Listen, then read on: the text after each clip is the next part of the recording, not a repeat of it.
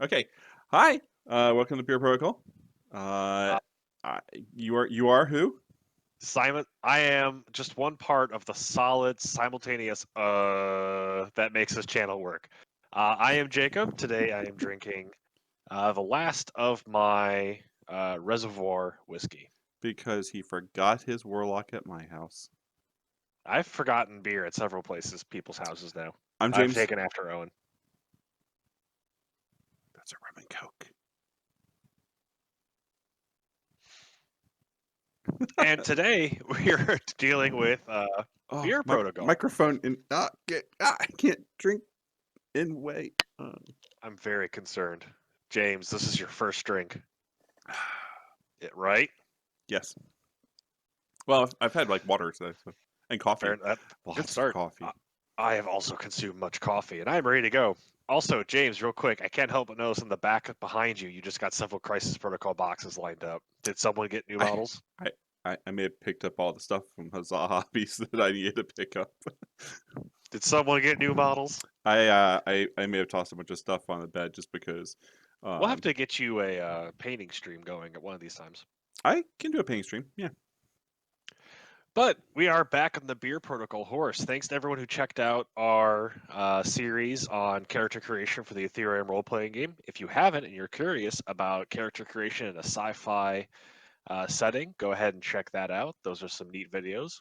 But we are coming back to Crisis Protocol with a look at Kingpin, Wilson Fisk, the one, the only.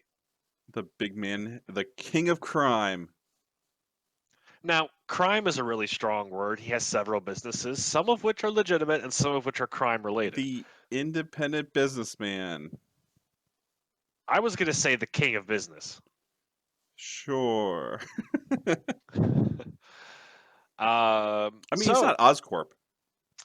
Oscorp is into shadier stuff than Kingpin. I feel like Kingpin just owns businesses. That's his superpower. Oscorp is actively manufacturing supervillain nonsense. While Kingpin is a criminal, evil is maybe debatable. Kingpin just owns like construction companies and money laundering. Kingpin is the king of traditional criminals. Yeah, yeah, Oscorp is science fiction supervillain nonsense. sure. So in Kingpin in this setting, um, he's a big guy. James, let me ask you this. Has Wilson Fisk ever tried to ram someone with a glider? No, that's beneath him. That's what he has underlings for. That's why he installs machine guns into his art installations in his office. Hmm. Yeah. I mean, God, would Goblin would fit really well into the crime syndicate. All right, anyway, Is so he not in it? Anyway, uh, so Kingpin is the affiliation leader of a new faction. New as in, I think most of them are out and available now, there's at like least in the U.S. two, like maybe there's like one that's still not released. So let's talk about what the big man does. James, do we have his card up? We do. Excellent. We're trying out a new format here by using technology. Yes. Uh, so Kingpin comes in at a really solid 7 stamina, which makes him beefy. That's actually pretty friggin' tanky for well, he is Kingpin, technically he is a leader and he is coming in at 4 points. yeah, Kingpin So, is, spoiler alert, extremely durable and yeah. has a few abilities to make him more hard to take down. Like his durability is probably on par with, I don't know why off the top of my head I'm thinking Thanos, but I'm thinking Thanos Yeah, he's on par with Thanos. And in Thanos is terms also of durability. well, once again, we're back to that it's a 4 point character. So we know he's going to be changing the battlefield an awful lot. And with Right. a 7 stamina, he should be. He should be holding his own without needing a ton of support at 4 points. Okay, he has a short movement speed, which I don't think is terribly surprising, but it is going to keep some of his abilities within a radius, He's and so size that's something to take into he's account. on a medium base. So a short He is a move big base. is still a pretty good move. He is size 3, which matters for a lot of characters' throws and abilities. Hmm. And as James already mentioned, he is threat 4. For defenses, he's got 4 physical, 3 energy, and 3 mystic. Overall, solid defensive line. Oh, the And his attacks. first attack, the mighty headbutt. Apparently, he can So headbutt from really far away. range 2, which is I think the standard melee range for Crisis Protocol, he can headbutt people. It has 5 dice of damage and cost 0, so it's on par with, like, I think the only, like, is Gamora the only character that has a 6 dice cost 0 basic melee attack? I I think she might believe be. so. Right off the top of my head, Maybe her and Black Dwarf. I I'll have to check. really haven't looked at Taskmaster yet, so I don't know. Well, neither has the channel, so you're in the clear. Yeah. So after the attack is resolved, Kingpin gains energy equal to the damage he dealt. Cool. Stun on a wild, Okay. giving the character the stun condition. And also on a wild, push. If the target character is size 3 or less before damage is dealt, it can be pushed away from this character short. We haven't So, run into this where there's two different powers with a wild effect. yeah, we have. Um, This has been on a couple different cards at this point. has it been there where there's two wilds? And Mm-hmm. so have we talked about how many wilds you need to throw to activate those powers? One. One wild will activate both powers. Not a bad basic attack. Passing out. No, it's really good. Pushes are in general are good. Now it is a push from melee, and there's at least 2 characters in the game now who, whenever they are pushed, get to move short. One of them is what's his face from the basic set that will never be played again. Crossbones. That's it. And then the other one is the upcoming Sabretooth. I suspect Sabretooth is going to be a lot more relevant than Crossbones was. So, but yeah, that's still like an extremely small number of things that can close that gap again. So But five short is enough, dice. even with large bases, to push them off objectives. Yeah. 5 dice. You're still looking at. A 1 and 8. Yeah, So roughly 5 and 8. roughly you're going to get you should on average dice get at least one wild. Yep. Stun is also just a good, somewhat generic SAS condition to pass out. It's just as a reminder, whenever you would gain energy or power, I think is the actual game word. We should probably be clear on that. Whenever they would gain power, they only gain one. So really solid. It is worth noting stun applied after the attack is resolved, not before. So you will not reduce the amount of power that they gain from you clobbering them with your big shiny head. So let's talk about the next amazing thing that he James, why don't has. you talk about the next one? You seem excited. Dude, I'm so excited. So the other thing he can do for a 0 cost at 4 dice is use his cane laser, which is a beam 3. I I absolutely adore beam weapons in this game, um, because they can either make the game horrible for yourself, or they can make the game absolutely and totally awesome during your turn, especially during things like uh, gamma protocol or gamma shoot the gamma shelters. Gamma shelters. There you go. Where everyone's kind of clumped up and you just go beam into the entire thing. And 3 is a pretty good distance. It's a solid distance poke. 4 dice on the attack And on it average. ignores line of sight and cover. That's actually the really clutch thing with this attack. Cane laser is a really cool attack thematically. I don't know how often I would use it. Like, it's going to be pure opportunity. Like, I doubt I'm going to spend time and effort trying to set up cane laser. Oh, I'm not going to set it up. It's just going to happen. Because at beam 3, that difference between range 2 and range 3 is pretty substantial. But I feel like most of the time I would probably go in for headbutt or his other attack, unless I could hit maybe 3 people. Just because cane laser has no additional riders, it's just pure damage. I mean, And 4 dice is not going to give you a lot of damage out of it. But I'm glad he has the tool. I think it's really thematic, and it does give Kingpin a way to poke at people completely behind cover who thought they were safe. well, So you can shoot through buildings with it. Yeah, you also, through cars, rockets hiding behind something. Actually, it's great for getting rid of Rocket. Ant-Man and Wasp in their small form, who can pretty much hide behind anything. You just magic wand the area, and they go away. Yep. It's a cool attack. I actually really like If that I'm attack on close him. enough to use King Laser, I will probably also be close enough for Headbutt, which is my preference. Um, so Okay. here's the thing with that is, since you are pushing short, if you can do this on a base attack, you get 2 attacks. You can headbutt something, move it short, move it in front of somebody else, and then beam, do the beam on hitting them Yeah, both. potentially. So you The have a angle's a you have a little weird on lineup. that one. Well, you have a lineup where push doesn't really say it has to be directly away from you. You can kind of It push to is. this. You cannot curve their position in the It's middle a of the it's push. a it's a an arc, so you can push them in an Still a angle, straight line. straight line, but still an angle.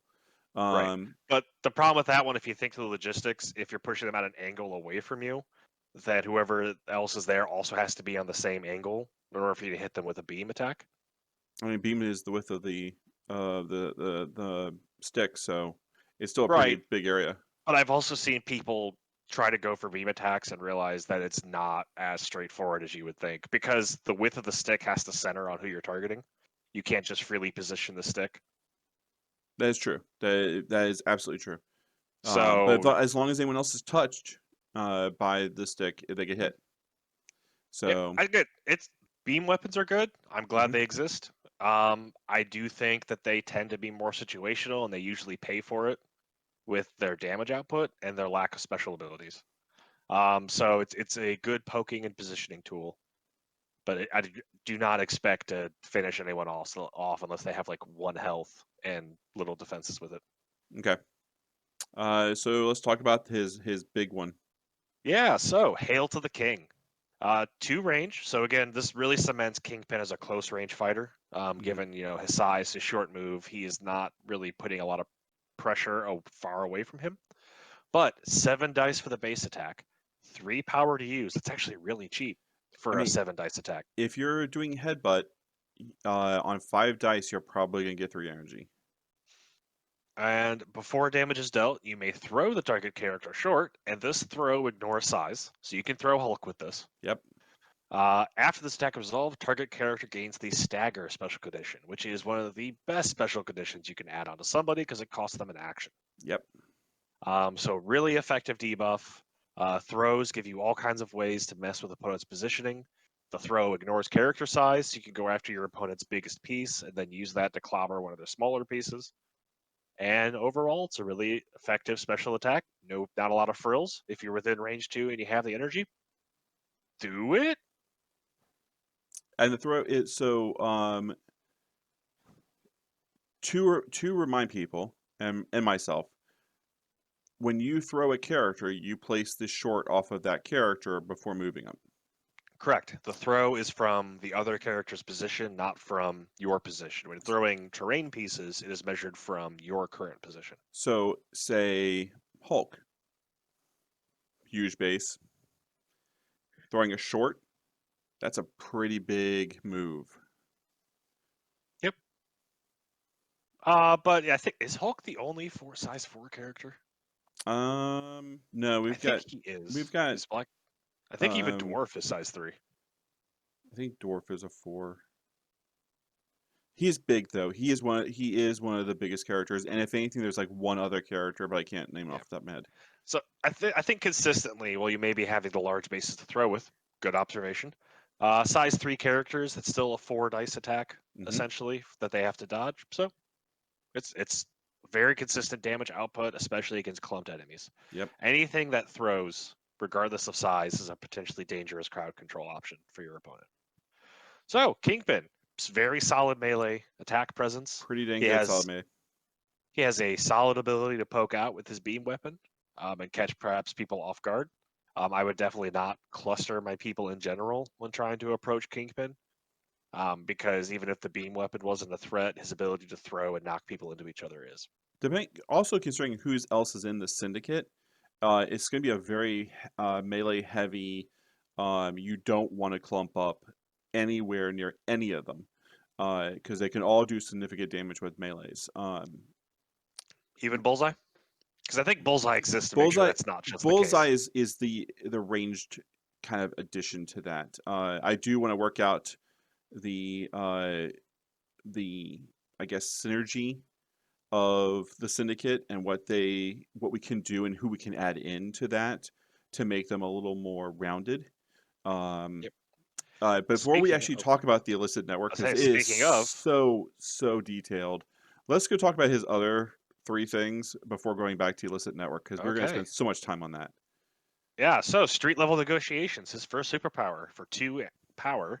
Choose an interactive terrain feature on an enemy character, both size 3 or less and within 2, and throw them medium. The superpower can only be used once per turn.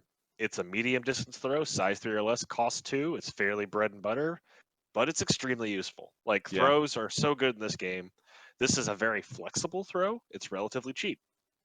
So this gives Kingpin a lot of board control potential. Lets him maneuver your opponent, lets him throw terrain. Size 3 is actually really sizable terrain. yeah, Because I think size 5 just can't be interacted with, period. and a Maybe medium. other than Hulk. And it throws at medium, which is far. So again, it's not too much to say about it other than at this Yeah, we're fairly deep in the Crisis Protocol release cycle. I like to think a lot of people have had a chance to play games, but throws are good. throws are Um, amazing. Having pieces with the ability to throw gives you a lot of area control, and this is probably in the consistently high. In terms of the flexibility this throw has, I'd rate it consistently high amongst all the throws available to characters. It's good. Um, All right. For one power as a reaction, intense physical conditioning. If this character would suffer damage, it may use the superpower to reduce the damage suffered by 1. Crossbones is thing. Crossbones is autom. Oh, No, Crossbones is not Crossbones automatic. You're has right. to spend one. It's the same one. This one's interesting. Spend a power to reduce damage by 1. Solid. Assuming you're still taking damage at all, it'll kind of pay for itself. But I could. this doesn't also say to a minimum of one. Right. So if you're only taking 1 damage, like say you think Kingpin is thrown into terrain, he can negate it by spending a power. Mm-hmm. Um, so it's absolutely good. I could definitely just see sort of a death of a thousand cut situation though, where if you reflexively use this all the time, you might be short on having the energy available for his offensive abilities. So that's just something to bear in mind. Depending on the situation, you probably do want to make sure you take the maximum amount of his defensiveness. But this goes a long way to making Kingpin a sturdy character. Yep. I mean, for And his it's last passive, at seven damage though. Um, you're not going to be using this very often, but it's a good thing to have if you just have an extra power laying around. Just cut it by one because even if you're taking like 3 or 4, if you're cutting it by one, you're really reducing the buffer zone you have before he yep, flips. numbers are low in this game. Yep. All right, and Solid Frame, his last ability. This character does not suffer damage from collisions with other characters. Which Really means good. if a character is thrown at him, or if he's thrown at a character. Yep.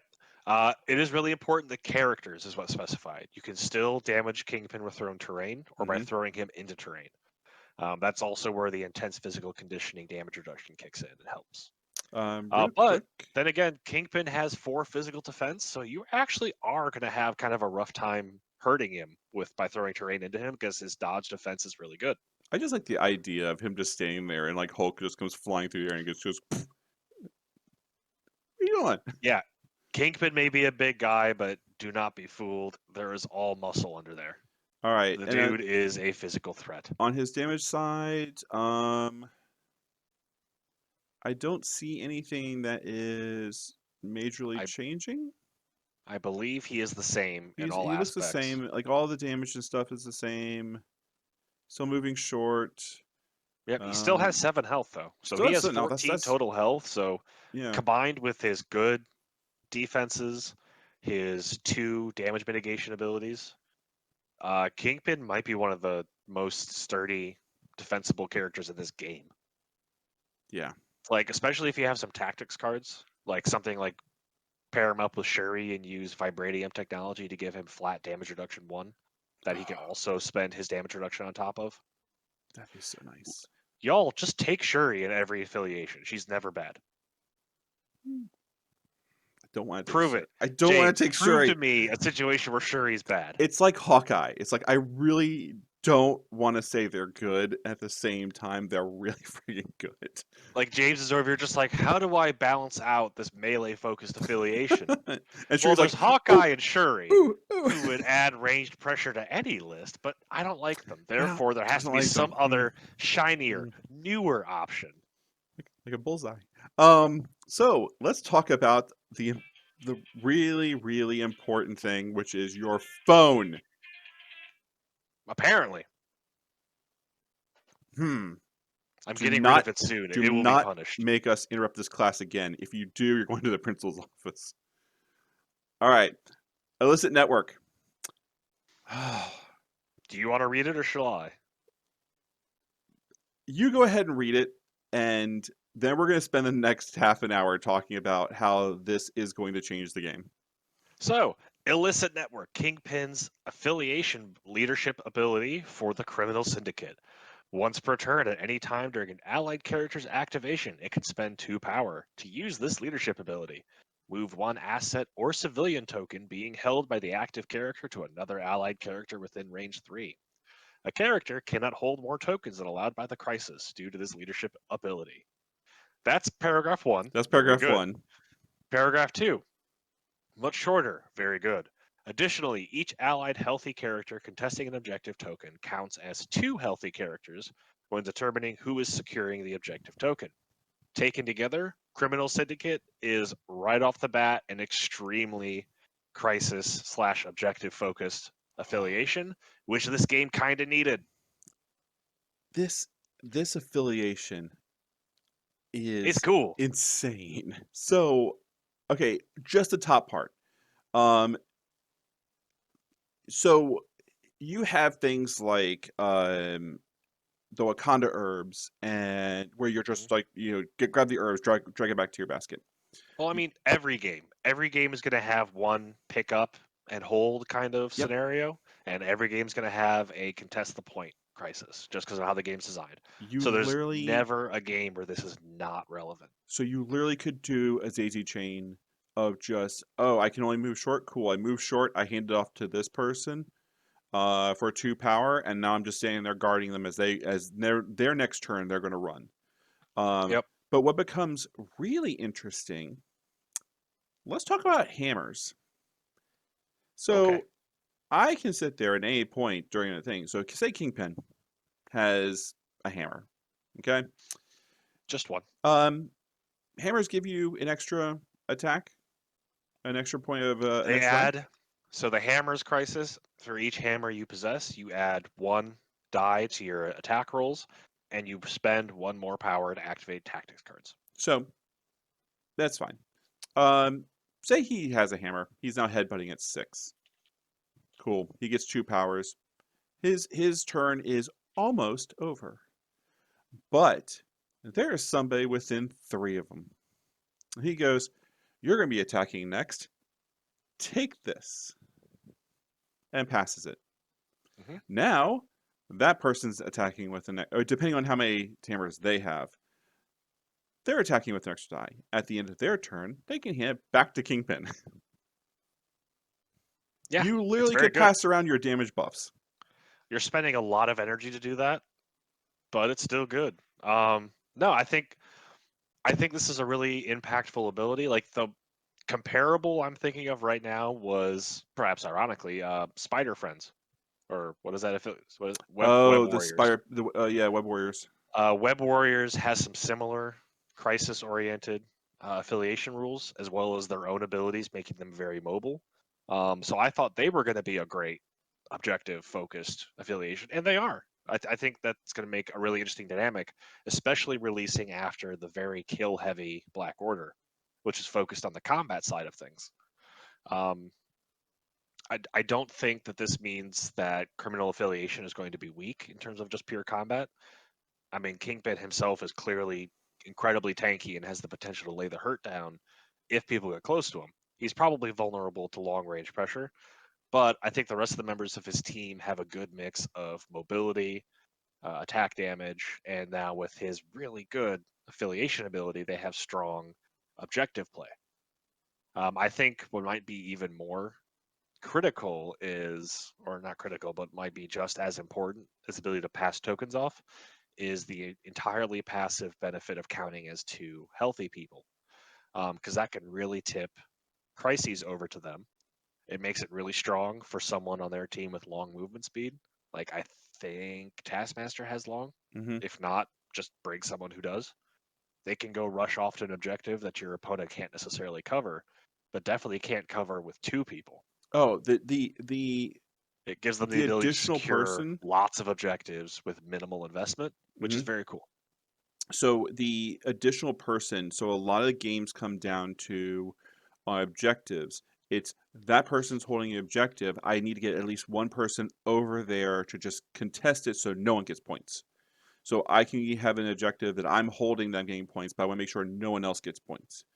Um, with this, that's almost impossible. You need to now send two people over to contest something that has one person on it. Especially like the back end objectives, which usually only give like a point instead of like 2 or 3 points. Um, you just can have single person standing back there just sitting on the objective, and you never have to have anyone else guard it with them. Um, taking middle objectives is becoming extremely easy uh, because now you put two people on it, they count as four if they're both healthy. It is you are going to be scoring an awful lot in the early game. So this affiliation breaks down a little bit, and I'm going to say a little bit when you start flipping people over. Um, so you want to get as many. Potentially. Well, you're going to lose that the healthy. So as long as you have a healthy person and you have the injured person is still counting as a half technically, because some of them say if there's injured people only, you only count the healthy people. Injured people come in second. Um, Right. So, but I'd argue that also that's the same applied to every other affiliation in the game. So they lose their advantage, but they're no worse off. So, I as usual, the faction that flips the most people first tends to win, but not always. So you're right. The early is going to be really important. How much can they secure, and how much can they get out of their opponent's reach, especially if their opponent is planning to go for the offensive victory and is just planning to outmuscle them. if you're going to have somebody that's going to outmuscle you, I would almost say take a flank. Pick an objective that you're going to be. This is my objective, and then just start pushing everyone else to try to counteract the uh, just the bull rush that you're going to have. Black Order is going to try to decimate you. They're not going to care about objectives because on Thanos' healthy side, he's just giving everyone an extra victory point for killing you.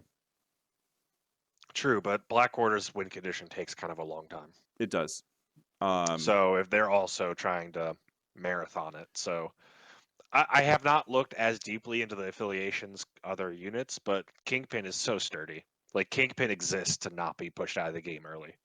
Yeah. So I actually really doubt Black Order can take Kingpin out before Kingpin. If they're focusing everything on Kingpin, that means Kingpin's friends have already secured the objectives. Isn't there a card that basically says if you're injured, flip over to healthy? There's at least one, yeah. So I would definitely take that card with this affiliation. Yep. Um, Healthy matters a bit more for them, so staying healthy can be really important. mhm. Speaking of tactics cards, there's 3 that come with Kingpin. And 2 of the 3 of them are criminal syndicate related, and they're all absurd. Like all I 3 of don't have these them in front of cards, me, so go ahead. I do. All 3 of Kingpin's tactics cards are honestly kind of game breaking. Okay, the first one, Shadow Organization. Criminal syndicate only. During the power phase, any number of allied criminal syndicate characters may spend 2 power to play this card. Enemy characters must be within range 2 of characters that spent power to target them with attacks this round. So he just gives Oh, them all stealth. that's like smoke bomb. It's just Now this is only criminal syndicate characters. So this, I think, like the tactics cards for criminal syndicate are so good that you might be strongly incentivized to stay in faction. yeah, yeah. Okay, the like honestly, like process for a second in terms of objective gameplay, being able to pick up an Dude, objective and then smoke bomb and say you have to get within 2 of me to make me drop it. two is still a pretty far distance in this game. It's still melee, basically. Yep. What I'll point Um, out real quick though is the other characters that actually have stealth. Stealth is range 3. This is even shorter than stealth. and that goes until their next activation. No, the entire round. You pop that at the start of the round. Oh God. So yeah, you could take so many objectives and just sit on so many objectives with this, or like yeah, you grab the objective, pass it off to somebody else, have them move, and now you can't target them. And That's still a lot of uh power, so that may not be an early game thing. That may be after you get roughed up a little bit, and everyone has enough power to both play Shadow Organization, pass off an objective marker, and then contest whatever scenario they're near. I could definitely see that happening. Again, it's you're looking at 4 power investment without using any of the character abilities. I mean, there's so many things you can do with that. If you really wanted to be like if you're going up against a fully ranged, just insane group of people, so like you're like Winter Soldier, Rocket, Mhm. um, uh, Hawkeye, like a bunch of people who are just having massive amounts of range attacks. Like first turn, like the first activation, you just go, I'm just gonna spend this. Second And round. second round, um, First round, you start far enough away, they're unlikely to get you with all of them. but second round, just to get into position, and you're just neutering all their range attacks, is probably a dang good round for this. It's also worth noting that a lot of the effects you would use to push people off of scenario points or control or otherwise play the crisis Hmm. are range based. Like there's definitely melee throws and pushes; those exist. Like don't underestimate charge and attack and then throw. Thor. Um, but Shuri, Hawkeye's range pressure to just drop you or apply status conditions to slow you down. Yeah. Loki's ability to mind warp you and make you move off the objective point.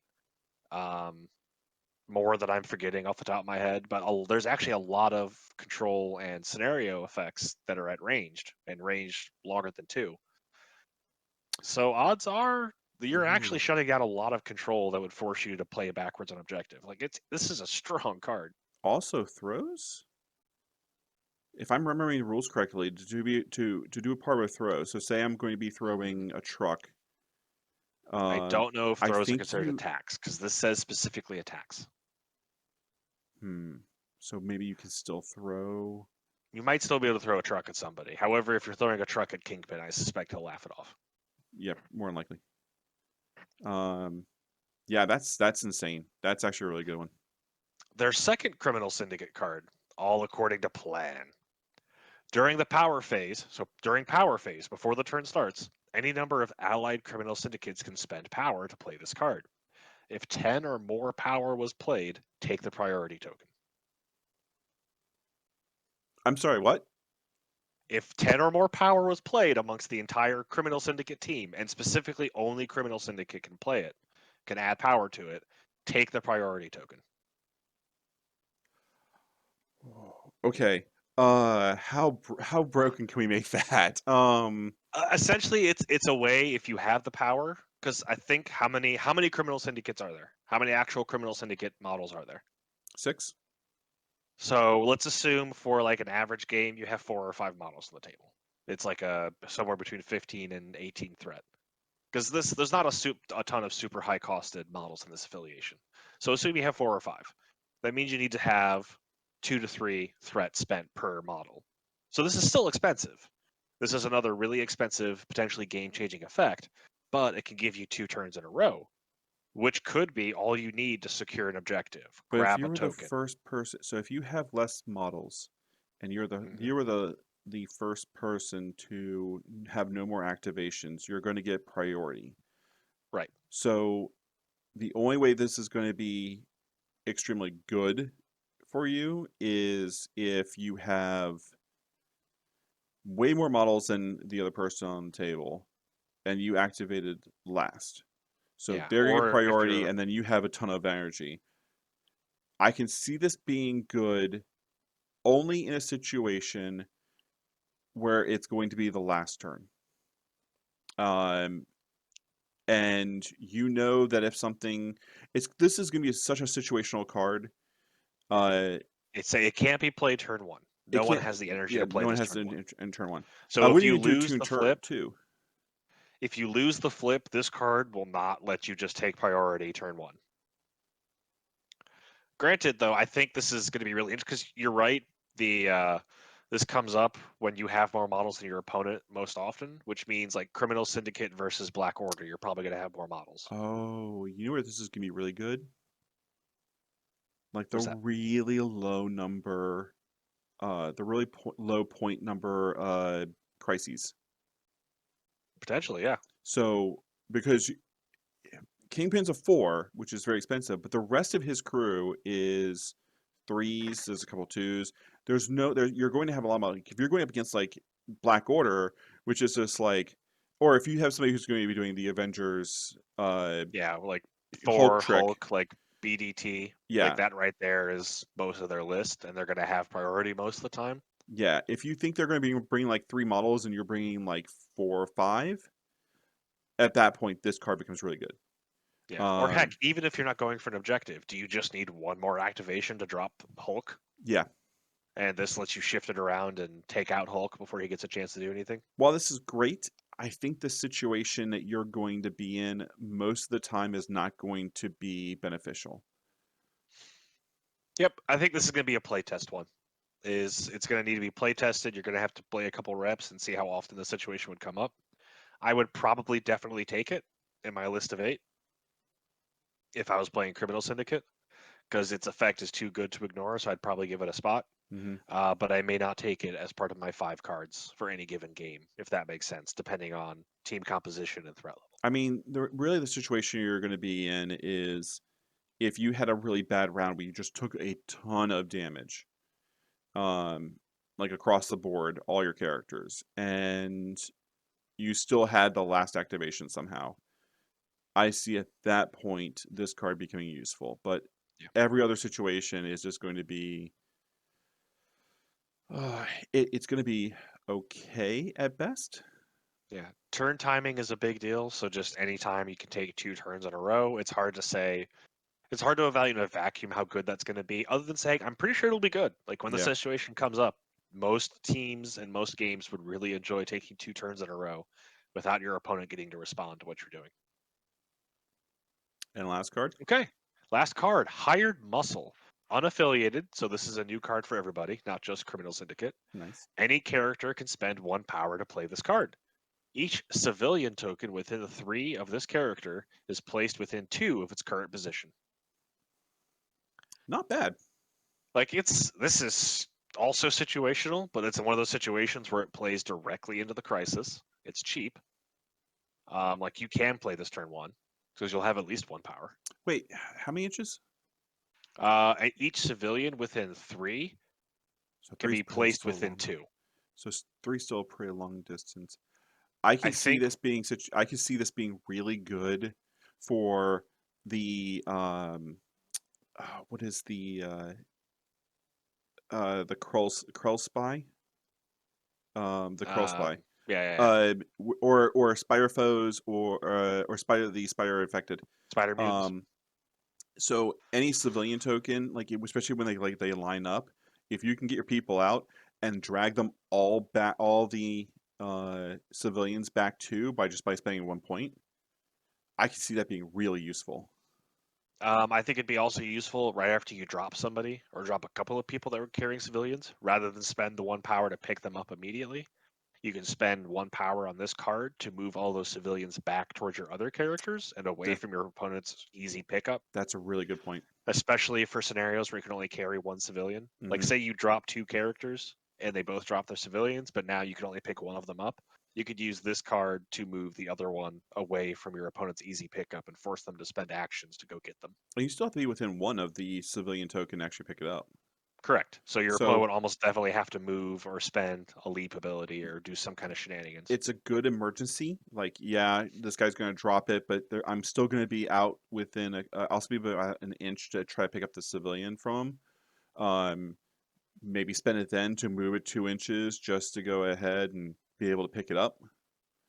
Um, I mean, it's nice to have. If you're not taking a bunch of crises that have civilians in them or Yeah. civilian tokens, don't take this card. Yeah, that's also a very straightforward. Should I take this card? Are there civilians on the board? Hmm. Hmm. Hmm. Okay, so just kind of wrap up on Kingpin. I think this is a really solid piece to build an affiliation list around. Both in addition, his affiliation ability is really good. I think it's really worth playing with it as a centerpiece of your strategy. Like my comparison point is the other list that came out around this time is Defenders as the other Yep. new affiliation that is thematically and release schedule wise paired up with Criminal Syndicate in terms of Criminal Syndicate and Defenders are full of characters who oppose each other. Specifically, the comics like Daredevil versus Bullseye, Punisher versus Kingpin. Doctor Strange is here too. Um, Because it's not like they're going to put Dormammu in Criminal Syndicate. Uh, damn it. the power. But I think it's interesting too in that Doctor Strange, as the leader of the Defenders, has a very good affiliation ability, but it's a cool add-on. Like the ability to change your attack damage and add out a status effect is extremely good, but it doesn't. I don't think it dramatically changes the way that Defenders would play.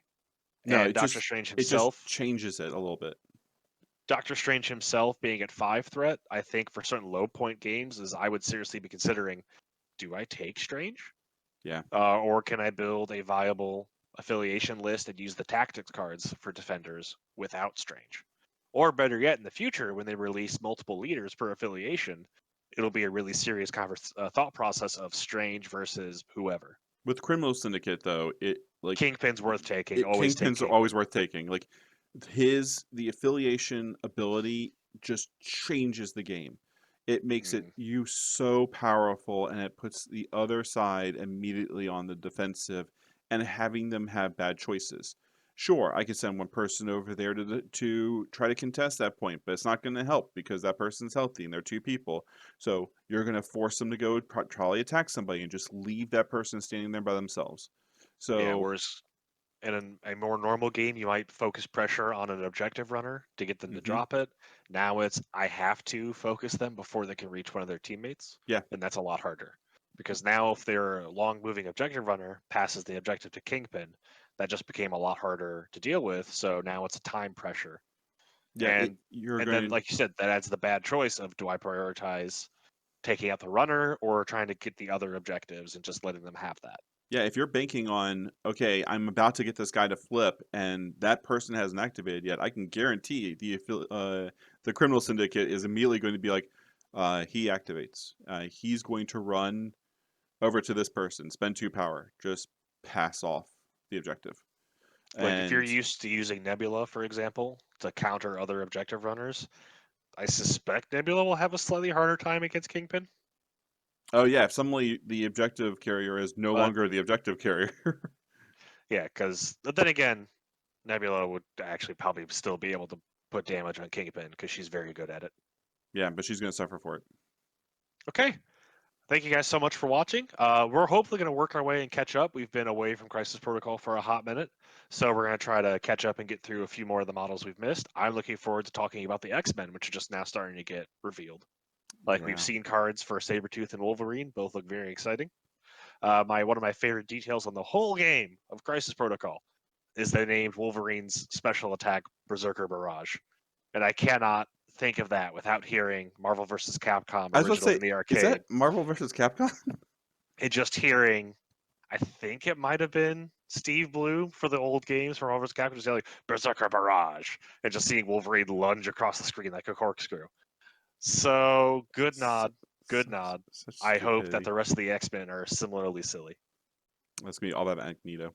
So, all right, thanks for watching. Game off. Bye.